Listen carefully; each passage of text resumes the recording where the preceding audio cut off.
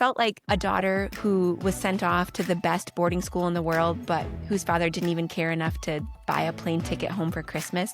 This kind of like arm's length relationship allowed me to still kind of feel promptings of the Lord. I continued to ignore them, but then Our Lady started to show up. Meeting a mother who was tear-streaked, blood-stained, road-weary, broken out of love for her son, I knew that that was a mother who understood the loss that I was experiencing. Suffering is just a part of this world. It's something that we all experience, whether we walk with the Lord or we don't. The difference is when we walk with the Lord and we recognize that the suffering is the way of the cross, we are not alone. Welcome back to the Catholic Woman Podcast. I am your host, Marie Hansen, and I am so excited. Today is the first time we will be bringing a guest back, the second time, because I feel like this topic is just so important and her testimony is just so powerful.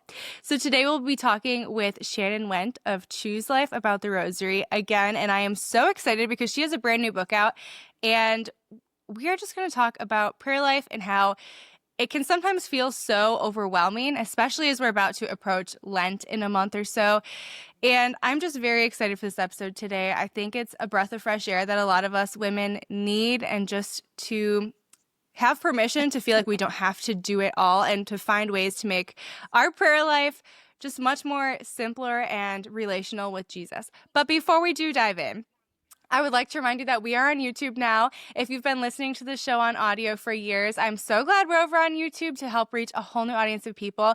So if you could just subscribe on YouTube, even if you don't plan to watch it on YouTube, that will just help bump the show over there to help us reach new people. I would really appreciate that. The link will be in the show notes for that as well. If you're watching this on YouTube, see, that's the benefit. You can see that this cozy, cute shirt is from Catholic Dress Co. They have modest, beautiful clothing. It's not just dresses, obviously, this is a shirt, but they have dresses, tops, sets, adorable, modest clothing for feminine Catholic women. So if you want to check them out, check out catholicdressco.com.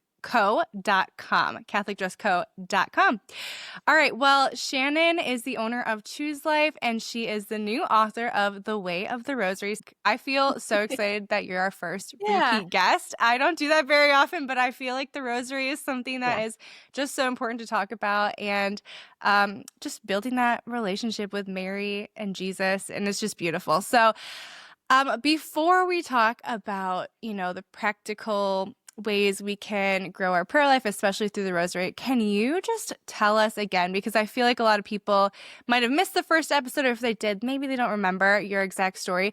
How did you really get connected with the Rosary? So I didn't actually grow up Catholic. We became Catholic when I was in elementary school. My mom had a reconversion.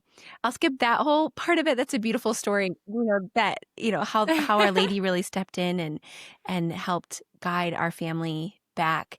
But then it was really in high school when I began to take my faith as my own, attend youth group and, go on retreats. And even then, so Our Lady was a really integral part of my mom's life and her reconversion. But I still kind of didn't understand why she was so important. As I developed my own faith, I loved the Lord. I had this deep relationship with him. I loved the Holy Spirit, God the Father, understanding all of that. I didn't really know, Mary was great. She's good. Okay, occasionally, we'd pray the Rosary. And I knew that my mom had a devotion to Our Lady, but it was me, what do I really need a heavenly mother for when I have the Lord and my earthly mother's great?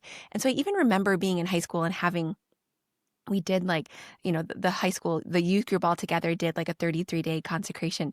And recently I bumped into one of our old leaders of the youth group as I was on a little bit of a speaking tour for the book promotion. And she's like, "Do you remember when you and I were arguing about Mary?" and it was, I was like, wow, yes, I know. And but that's really where I was. I didn't really know what relationship with Mary was about. I saw Mary, and I kind of jokingly call her Christmas card Mary. And we know those beautiful kind of idyllic pictures of Our Lady where, she just has flawless skin. She looks so well rested and recollected, and just this beautiful, flawless 20-something, a woman who clearly, from the looks of it, had no idea what it was like the mess of my life, like the mess that I felt like that I was dealing with, like all the chaos around me. This was a woman who didn't understand. And so Mm-hmm. for a lot of years, I kind of just put her on a shelf, like, okay, like, I'll take you down, Mary, when it's, you know, time to pray the rosary or whatever. But I didn't understand that relationship. And it wasn't until I went through a season of really intense suffering over the span of about 11 months. This was a little over 10 years ago now. I lost 3 little ones right in a row. Each loss was a little bit further along, Mm. more medically complex, and the recoveries were just more and more drawn out. And by the end of this, I was actually suffering from postpartum depression, but I didn't recognize that that's what it was. But I was just so angry at the Lord for allowing this to happen. And at this point in my life, I didn't lose my faith. I still knew that God was God, that the Bible was true, that the church held the fullness of truth. But I just kind of thought like somehow all those promises of provision and love in the Bible, they just didn't apply to me. Somehow I was just kind of exempt from that. And I felt like um, a daughter who was sent off to the best boarding school in the world, but whose father didn't even care enough to buy a plane ticket home for Christmas. Like, that's kind of how I thought. Like, he was definitely clearly providing, he was God, but just in my life, he just wasn't showing up and he didn't care about how much I was hurting. And so what I really did was just kind of close myself off and put the Lord at arm's length.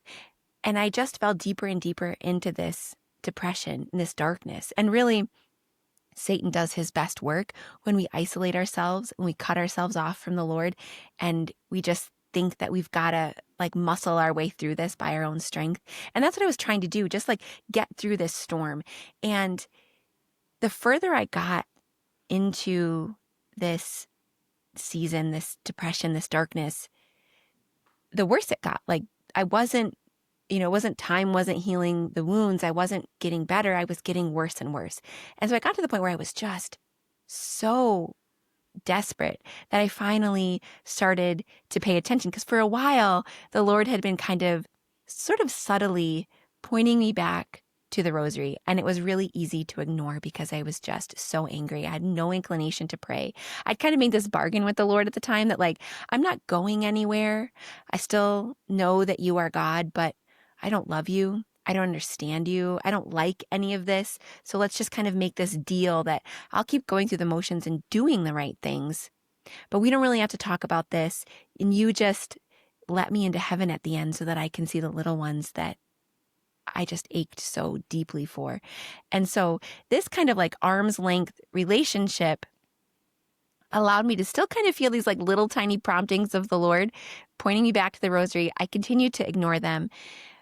But then Our Lady started to show up. And one of the first promises of the rosary is that Our Lady will send signal graces. And signal graces are like when the Lord takes a billboard out on the highway of your life, like neon signs, like those big moving billboards only point to the thing. And that's what began to Yes. happen in my life around the rosary. I found a rosary prayer card in my locked car. I had multiple times random people just give me rosaries out of the blue. I had a friend who wasn't even Catholic one day just hand me a rosary, and he was like, I was cleaning out my grandma's desk and I thought you should have this. And then kind of it was just like totally undeniable. The one that really was the straw that broke the camel's back was Yeah. when my then 3-year-old, out of the blue, just handed me my confirmation rosary that I hadn't seen in years, and I thought we'd lost it in a move, and couldn't tell me where they found it.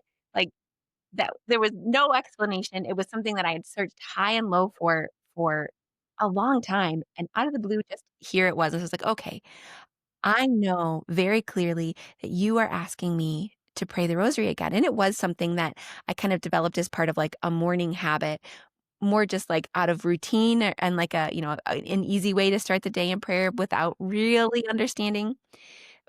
And so, like, picking the habit back up wasn't super unfamiliar, but I just didn't want to pray. I also had a bunch of little kids in the house, so, like, how could I pray? I had all of these excuses, all these reasons Yeah. why praying the rosary was not a good idea. And so at this point, when I couldn't deny what God was asking anymore, I had the first prayer that real prayer that I'd had in about a year and a half of keeping the Lord at arm's length. And it was hardly a prayer. It was really just me yelling at the Lord. And in my mind's eye, the prayer was me marching into the church, like straight up the aisle, right up to the altar, just shaking my finger at the Lord and asking him, like, how on earth do you think that I could possibly pray the rosary? I don't have 20 or 15 quiet minutes. If I did manage to find quiet time, my kids are definitely going to interrupt me.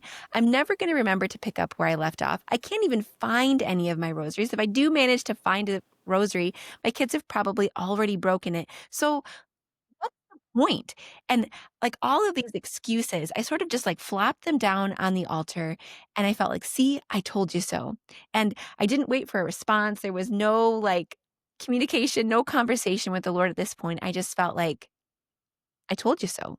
And that was the end of that prayer. But within a week of that, hardly a prayer, the Lord inspired the design of our rosary bracelets that we have at Choose Life. And the really unique thing about our rosary bracelets is this movable crucifix charm that works like a little bookmark. And what I began to be able to do, and so at the time I had a little Etsy shop where I had other jewelry, and so I had lots of beads and things lying around. So I put together this rosary bracelet and the movable charm, and it allowed me to just begin to pray in the quiet moments, just literally a single Hail Mary at a time was kind of all I could muster at this point. And that like very slow journey of faith that began with just a single Hail Mary without really I didn't have any faith that this was actually going to work, but it was very clear that the Lord had asked me to do it. And I was just so desperate, really, for anything. And so I just began to pray kind of out of obligation a little bit, or just like resignation, like I didn't have anything else to do, so I might as well. And at first, it kind of took me maybe a week to get an entire rosary in, just praying a single Hail Mary at a time. Like every time I had literally a moment, and it only takes 10 seconds to pray a single Hail Mary. So while it was hard to find 15 or 20 quiet minutes to pray a whole rosary, definitely finding seconds, 10 seconds for a Hail Mary was something that I could do. And as I began to just lean in and pray little by little, Our Lady began to come into my life and really be a true mother to me. And I began to understand not the Christmas card Mary, the perfect, flawless, well-rested Mary, but I began to really see Mary on the way of the cross. And kind of interestingly, as it just happened for, kind of during that first period, I would begin my rosary on a Tuesday or a Friday, it would seem like. And so then I was kind of praying the sorrowful mysteries for days. And I spent most of that time in the sorrowful mysteries, meditating on them. But then also, that's where I felt like I was in my life. And so seeing Mary on the way of the cross, meeting a mother who was tear-streaked, blood-stained, road-weary, broken out of love for her son, I knew that that was a mother who understood the loss that I was experiencing. And she also wasn't the one that I was angry at. I was angry at God. And Mary was just so gentle and so motherly. Letting her into my life was easy. And she came in and began to mother me. And one of the beautiful things about Our Lady is that she loves to bring her children together.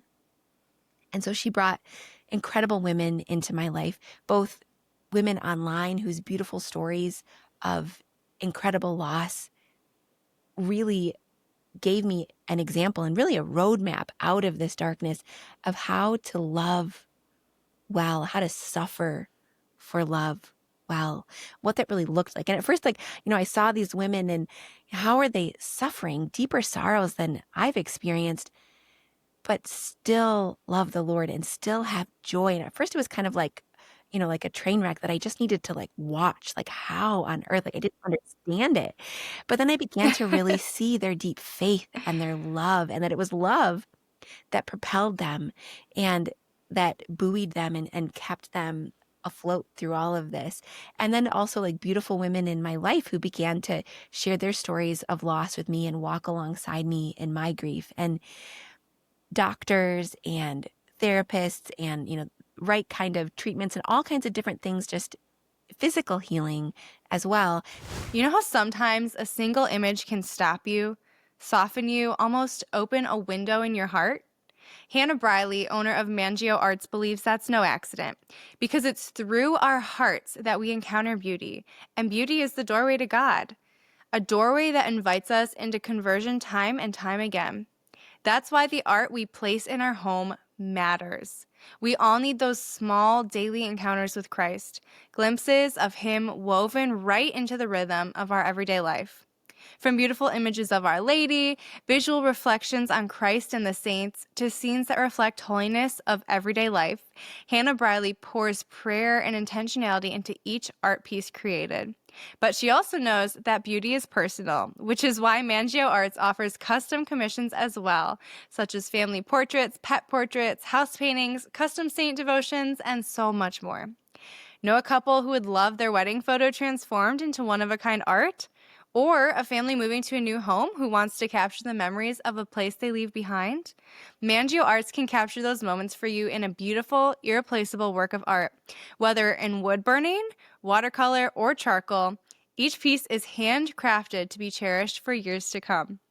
If you're longing to surround your family with art that nourishes the soul, shop Mangio Arts store on Etsy and use the code WOMANPODCAST15 for 15% off your order. You can also support Hannah by following her on social media at Mangio Arts. That's MANGIO Arts, where you can find additional links for commission requests and exclusive access to deals and upcoming events through her monthly newsletter. She looks forward to sharing her artwork with you, and she hopes she can bring unique beauty into your home. If you're a woman of faith who wrestles with worry, overwhelm, racing thoughts, or the weight of expectations, you're not alone. And you don't have to just push through it. I want to introduce you to today's episode sponsor, Catherine Denuzzo, a licensed professional counselor in private practice who offers distance counseling to individuals seeking emotional peace rooted in their Catholic faith. Catherine is also the founder of the apostolate Sacred Heart Mental Wellness, which brings together psychology, Catholic spirituality, and devotion to the most sacred heart of Jesus. Catherine is the author of The Catholic Guide Through Anxiety, a powerful resource helping readers understand what's happening in their minds and hearts through a Catholic lens. And now she has released a brand new companion workbook for the Catholic Guide Through Anxiety, which gently guides you through prayer, journaling, reflection, and real-life application. It is perfect for individual use, parish groups, or Bible studies, campus ministries, and spiritual direction. You can search for both books on Amazon right now or visit sacredheartmentalwellness.com to learn more. And if you do purchase through their site instead of on Amazon, you can also use the code CWP15 for 15% off the entire shop, including all of Catherine's workbooks and books. So sacredheartmentalwellness.com with code CWP15 for 15% off her entire shop. And if your parish, ministry, retreat, conference, or college campus is looking for a Catholic speaker who connects faith, psychology, and practical emotional tools, Catherine Denuzzo is available for speaking engagements nationwide. Again, search The Catholic Guide Through Anxiety on Amazon or visit sacredheartmentalwellness.com and use code CWP15 to learn more, schedule counseling, and bring Catherine to your next event. All of that can be found on her website, sacredheartmentalwellness.com. So all of these pieces really are Lady's fingerprints all over them, putting all of this together and just leading me out of this darkness. And kind of the like full circle moment of this. So the third of those 3 losses that I had in our own, we actually have 8 saints in heaven total. But then a couple years later after this season, I had another so the third one was a second trimester loss where I had to go to the hospital and labor and deliver our son, Elihu. Mm. And then a couple years after that, I had another second trimester loss, our son, Alexander. And in so many ways, that day was just parallel. And it was just like, it almost felt cruelly similar. Like the same weather, the sky looked the same. We were in the same labor and delivery room with the Mhm. same painting on the wall. We ended up with the same nurse, Wow. like all of these things. I was like, Lord, why? I felt like at the time, like as I was kind of like going through all of this and healing, I felt like, high five, thanks, Lord. Like I have earned my suffering merit badge. So glad to have learned that lesson, Yeah. to be healed from that, to move on and to never have to deal with that again. Thanks, Lord. Like great lesson. And then when he brought me back to the foot of the cross, I was like, Lord, what are we doing here? Why do I have to do this again? I learned the lesson. I learned what you wanted me to. And I thought that's what it was about. It was about, going through something hard because the Lord was trying to teach me something. And if I could learn it well, and I wouldn't have to suffer again. So this didn't make sense, but because this time I was not in this darkness, I had developed this deep relationship with Our Lady and still kind of keeping the Lord at arm's length because I was sort of worried that, if I got too comfortable or whatever, that the Lord would bring something back or, I still was struggling with that relationship with the Lord.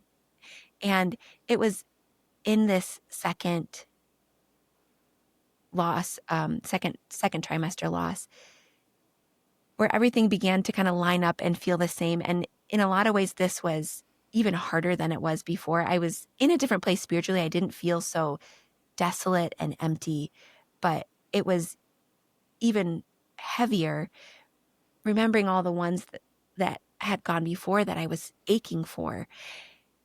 This time, as I was laboring and delivering and just like sobbing, just beside myself with grief, I felt at one point Our Lady physically holding me. Like I felt held as I was sitting in that hospital bed.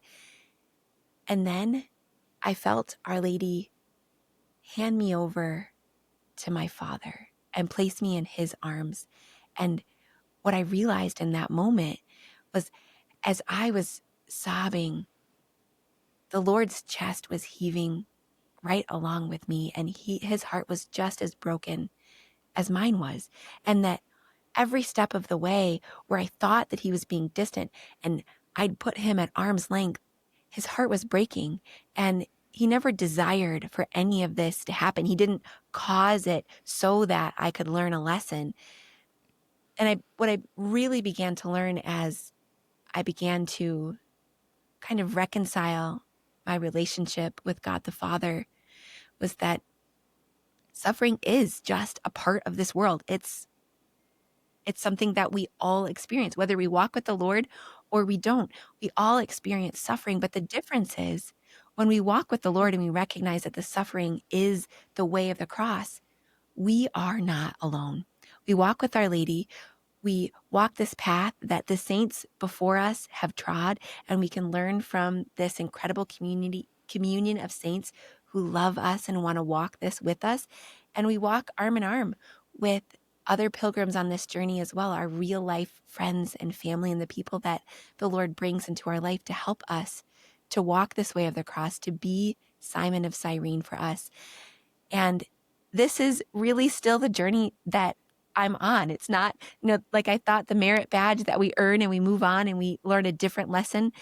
I'm like, this is just kind of suffering is sort of the way of this world. And of course, like there is incredible joy. And when we live this life, we can live joy and love even more deeply. But it isn't like joy or sorrow, love or grief. It's this beautiful mingling of all of this together and learning with the Lord to understand all of this and to integrate the good and the bad to, no matter what it is, blessed be the name of the Lord, and to continue to look for the Simons in our life, to be the Simon for others as we continue all to walk on this journey. And so That's and that's really, what led to the book is wanting to be Simon for others and kind of gratitude for those who were Simon for me on this journey, and to help people to really understand, because it is so easy to be angry and to wrestle with that age-old question of why bad things happen to good people. Yes. Yes. Well, I'm literally trying to hold back tears. Your testimony is like so powerful. Um, so one thing that you said that really, really stuck out to me was how you were putting Jesus at an arm's, and well, God, Jesus and God, obviously the same person, at an arm's length. And it was really Mary who ultimately led you back to them. One of the biggest roadblocks I think a lot of Protestants have with Catholicism is Mary. They think that she gets in the way of our relationship with Jesus and with God. And in your situation, and I know a lot of people's situations, it's actually Mary who draws people closer to God. So first of all, that is such a powerful testimony that needs to be shared with more people. But second, for people who are struggling, maybe they're Protestant or maybe they're just Catholic and they just struggle. I know like you said, the Christmas card Mary, that's kind of how I view her. And it's a good thing. We have lots of beautiful art of Mary, and she is the Queen of Heaven. So obviously she needs to be depicted in that way too. But we have very few art of her going through her struggles. The art we do have is her, kind of walking the way of the cross with Jesus. I feel like the images I can see of Mary sobbing are at the foot of the cross or while she's watching Jesus on his way to his crucifixion. But as a 20-something young mom, I don't really feel like I can picture Mary in the newborn trenches. And we know that, well, we don't know, but it's the church implies that she didn't go through like labor pains, but she still would have been exhausted as a mom. She was still breastfeeding Jesus. So how can people like me who struggle to, I don't really have like you said, that deep relationship with Mary, and I know it took you a long time to get it too.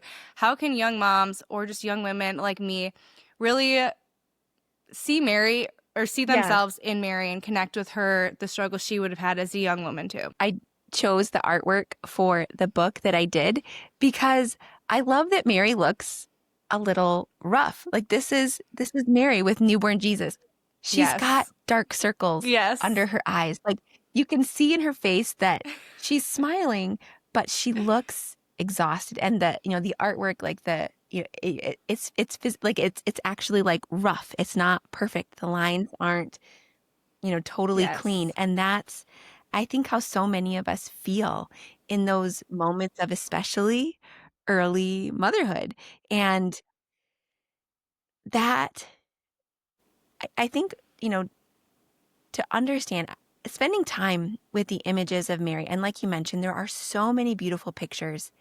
And I think each of them give us something that we can learn. And Visio Divina is a really beautiful way to pray, to take an image of anything sacred, but I think especially of Our Lady, and to ask the Lord, like, what is it that you want me to see here? Not that she's perfect and unrelatable, but, and it's really, especially icons, and especially if you can ever find like the study that goes along with icons, there's usually very subtle symbolism in some of these things that tell us really deep truths. So that's one thing. Visio Divina is a cool way, I think, to learn about our faith and for the Lord to really lead us to the things that he wants us to know.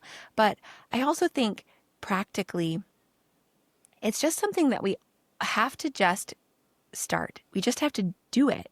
And it's not going to feel perfect. It's not going to feel right. It's not going to feel maybe even natural. But when we continue to lean in and even acknowledge, and I think it's really important, especially in relationship with Mary, I wouldn't even say that. I think it's important in all of our faith, every aspect of our faith life, to have that honesty and that kind of questioning. And we can kind of look at the questioning that Mary gave to the angel at the Annunciation versus Zachariah's questioning when he was told of his son John. And we want to be a little bit more like Mary and not like John. And we know the consequences of that. Like John was punished, or Zechariah was punished for the way that he questioned. And there's a very subtle difference because you can think like, oh, Mary got away with it. Why did Zechariah get in trouble? But Mary didn't question that it was true. She questioned how. She wanted to just know how. And Zechariah questioned that it could even happen at all. He didn't trust. Mary trusts. And if we can kind of make that the foundation, and I heard something from Father John Parks or Father John Burns recently, and he was talking about, no, he was quoting, oh, I'm going to mess this up. Well, I heard it, I think Father John Burns said it. I think he was quoting somebody else. Maybe it was St. Augustine, but he was talking about how trust is the seed of joy. And I think in our lives, when we begin our conversation with Our Lady, with the Lord, with trust, and then question, it builds this beautiful authenticity that leaves us open to truth and to joy. And especially when we ask those hard questions in our lives. And I think for me, what allowed me not to lose my faith entirely was that I didn't question that God was God, but I just questioned why he would allow this to happen. And I knew in my heart that somehow things would be right, but it just didn't make sense right now. And so by continuing to lean in and ask the Lord the question of why, no, Lord, it still doesn't make sense. Why? And that leaning in with kind of that foundation of trust that the answers are there. I just don't have them yet. And I don't understand why you're not giving them to me yet.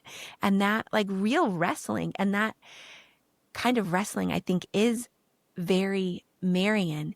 When we look at the word ponder, a couple of times the Gospels tell us that Mary pondered in her heart.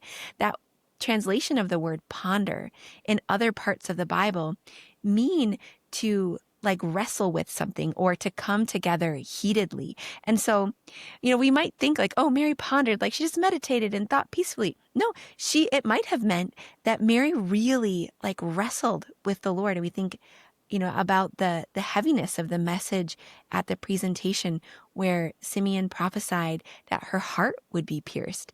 Like, what new mother wants to hear that bad news?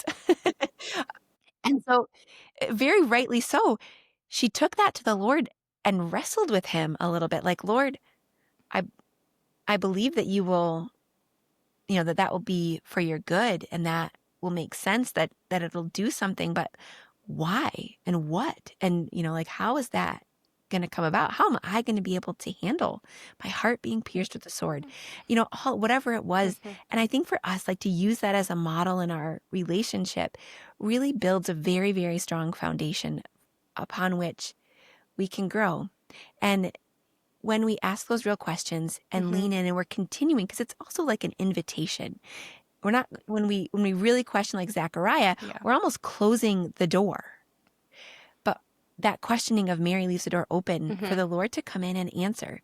And so in our day, in our lives, to continue to lean in and ask those questions, Our Lady is going to be a faithful mother. She's going to be gentle and come in and show herself to be faithful in our lives. That leaning in, that questioning, that not leaning away or shying away when it doesn't feel natural, but continuing to kind of lean in and pray and invite her into our day. And in a really practical way, the Rosary allows us to do that. We can pray the Rosary, and that's all an invitation to Our Lady to come into the ups and downs, the messiness of our lives. Yes. I never thought about the comparison to Zechariah. I was like, wow, that is really the difference. They both did question God, and it was both over a child. And the difference was it was the possibility of it even happening. You're right. The trust factor. Zechariah didn't even trust, and Mary trusted. She just said, how? Like, how is this going to happen to me?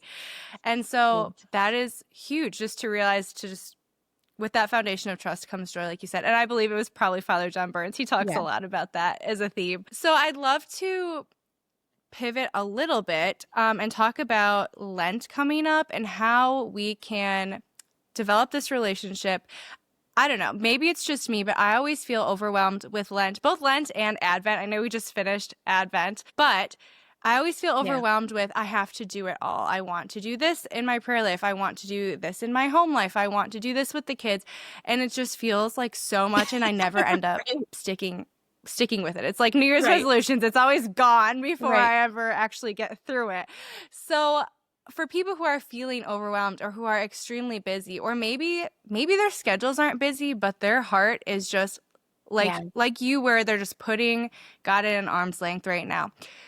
What can they do this Lent or just this year in general to help grow that relationship with God through Mary or through other means, just whatever like you did in your life? How can Yeah. people start that in theirs? It's so easy. As Catholics, we have so many options. It's like walking into this 5-star buffet. We just have so many incredible things. And especially today, like coming into Lent and all the options that we have, all the devotionals that we could purchase, and they're incredible. All of the different programs, that we can sign up for. And yeah, you're absolutely right. Like we have these high hopes. We begin with, such optimism, and we sign up for all the things. We buy all the devotionals, print off all the Pinterest plans. We do all the things, and then it doesn't turn out how we want. There was literally a couple years ago that happened to me in Advent. It was right after our baby number 8 was born, and she had a ton of nursing trouble. So like the first year of her life was so rough. She just turned a year, and we're going into a new Advent season. And I thought, like, okay, this is the time. This is like how I'm going to get all, our family back on track. We're going to get back into our routines. We're going to celebrate this liturgical season the way that we really ought to. And I made all the lists and all the plans and purchased the planners and got all the Advent things, a Jessie tree and like our Advent wreath, like everything, had everything printed out, planned out. And then we got sick. And then there were, all the parties and all the Secret Santas and everything. Like, it's just such an incredibly busy season. All of the plans, like kind of one by one, everything just kind of fell apart. And as we're getting close to the end of the season, I was so frustrated with myself, frustrated with my family. There was one morning where like everything was kind of going wrong. And I just flopped on the couch, like just mad. And just, like we do when we just want to check out, I started scrolling through Facebook and came across this post from a friend, and it said, "I don't know who needs to hear this, but Mama, you are enough." And it just like, even like, whatever that was, like 2 years ago, even thinking about that now, like I could kind of feel the rage like bubble up in me, because it just made me so mad, because nothing I had done that season was enough. None of my preparation was enough. The food we were eating wasn't healthy enough. Our celebrations weren't big enough. The presents I'd purchased were probably not enough yet. Finances were not enough. Like the work that I was doing at Choose Life, like that didn't feel like it was ever enough. Nothing was enough. And so I had this like prayer, and I was like, Lord, if you want me to understand this message that I'm enough, just show me today. I'll be on the lookout. You've got the whole day. Whatever you want to tell me, how you want to give me that message, I will receive that loud and clear. And I gave him some suggestions, like, maybe the teenagers will appreciate something I did. Maybe a word of affirmation from my husband, or like, you the best mama from one of the toddlers, like anything. And so I went through that whole day looking for just any vote of confidence in any form. Got to the end of the day, nothing, not even a glimpse. Like, even if I was going to like grasp at straws, there was nothing. And so everybody had gone to bed, like turning on all the lights, closing up the kitchen, like doing everything in the nightly routine. And I'm praying and just like getting more and more frustrated with the Lord. You had all day to show me. Is that the message that you want me to receive? That I'm just going to exhaust myself every single day, do all the things right, and come up short? I'll never be enough every single day. And I'm like ranting to the Lord as I'm kind of like cleaning up and getting ready for bed. And he kind of breaks through my rant and he says, Shannon, you will never be enough, but I am. And it stopped me in my tracks. And it felt like I just got hit across the chest with a 2x4. And I was like, wow, Lord, message received. And I realized that it was me doing. It was my plan. It was, all of my things, and it was do, do, do, do, do.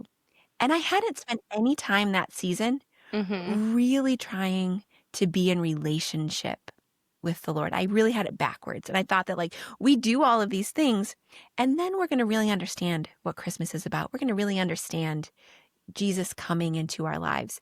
And I had it flipped. We really need to begin with Mm-hmm. that relationship and understand how simple the incarnation is, just God with us. And Mm-hmm. so this was just like a Yep. couple days before Christmas. We ended up getting snowed in. Our family usually goes to Christmas Eve Mass, and we got snowed in, like absolute snowpocalypse. Our house is at the dead end of bottom of a hill at a dead end dirt road. We are always the last to get plowed out. So we knew that there'd been like 18 or 24 inches of snow or something. Like it was a ton. We were not going anywhere. So we Oh my started to get, goodness. our Christmas outfits on, and we were going to watch Mass on TV together. And about an hour before Mass starts, we heard the plow come down our street, which in and of itself is a miracle. And we were already like, half dressed for Mass anyway. So we just quick finished getting dressed. Everybody jumped into the car. And what usually takes us like less than 15 minutes to get to church took us, I think, over 45 minutes. We ended up being there like 10 minutes early. And as we walk into the church, it's all dark. The only light is on the nativity set. And the baby Jesus had just been placed in the manger for the first time that season. And as we walked in Mm-hmm. to that silent, dark church, the Lord asked me he said, I would never be enough, but could I be little enough? And that has been kind of like the motto sort of for like my prayer life since then is like, I know that I'm never going to do enough. I'm never going to be organized enough. I'm never going to read Mm-hmm. enough. We're never going to prepare enough, but I can be little enough. And when we start with that littleness, that's what the Lord needs to be able to lead us, to show us, to teach us, and to help us grow exactly in the ways that we need to do. And so no matter what Mm-hmm. devotion we follow, no matter how well we follow it, no matter if we keep up to date with every single day of Hallows program or Ascensions or all of the beautiful resources that we have available, it will never be enough if our hearts are not little, if we can't really have that childlike faith. And that's really what the Rosary allows us to do, is when we lean in and we're praying through the mysteries of Jesus' life, Our Lady also comes in and becomes that true mother to us and allows us to be a child. We don't have to be enough. We don't have to have it figured out. We don't have to be organized. We don't have to fill in the blank, whatever it is that we feel we're falling short in. She comes in and we can just kind of take this step-by-step journey with, the Rosary really is walking hand in hand with Our Lady.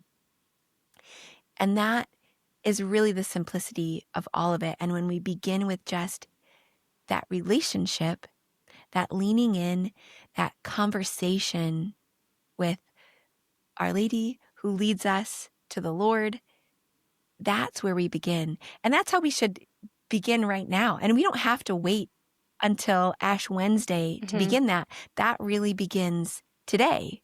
And I mean, it's been beginning. It's not even like we're starting from Yep. scratch. The Lord has been doing this work in our lives. And this work of becoming little is work that we do every single day, that we have to be reminded of continually. And so, yes, make a good plan for for Lent. Begin today, but don't put it off. Start today to really lean in. The Rosary helps us to do that, to just give those moments, every moment of our day, all the ins and outs, the ups and downs of all the busyness. And like you said, whether we're busy with the season of life and we have a full to-do list and a full schedule, or we just are kind of overwhelmed in sort of the busyness and the chaos of just our health struggles or internal struggles or the things just going on in our hearts. All of us qualify as busy and overwhelmed in some way.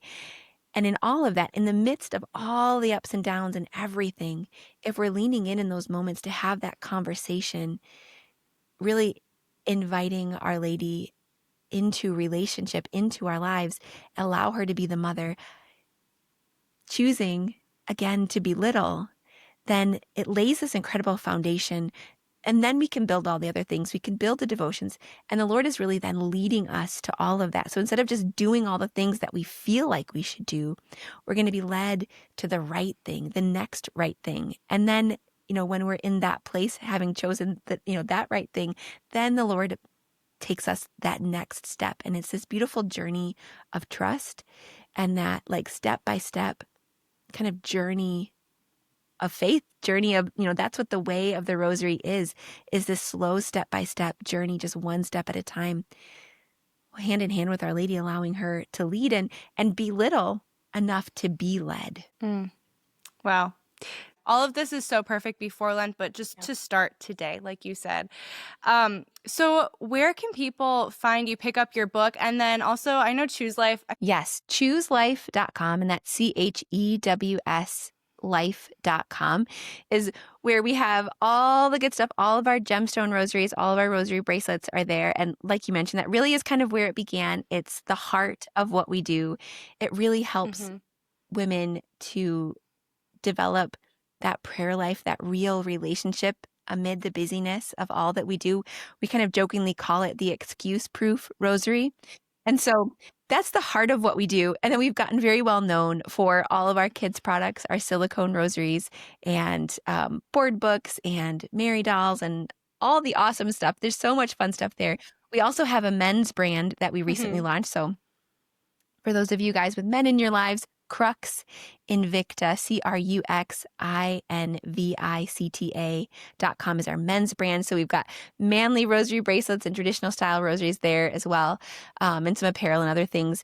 And then The Way of the Rosary, A Journey with Mary Through Scripture, Liturgy, and Life is available at our website where, I appreciate if you, the purchases there help our company, help support our family a little bit more than the other places. But it's, of course, available at ascensionpress.com, available on Amazon, and very soon, so probably by the time of this airing, it should hopefully also be available on audiobook at Audible as well. Oh, wow. Love that. I'm an Audible person.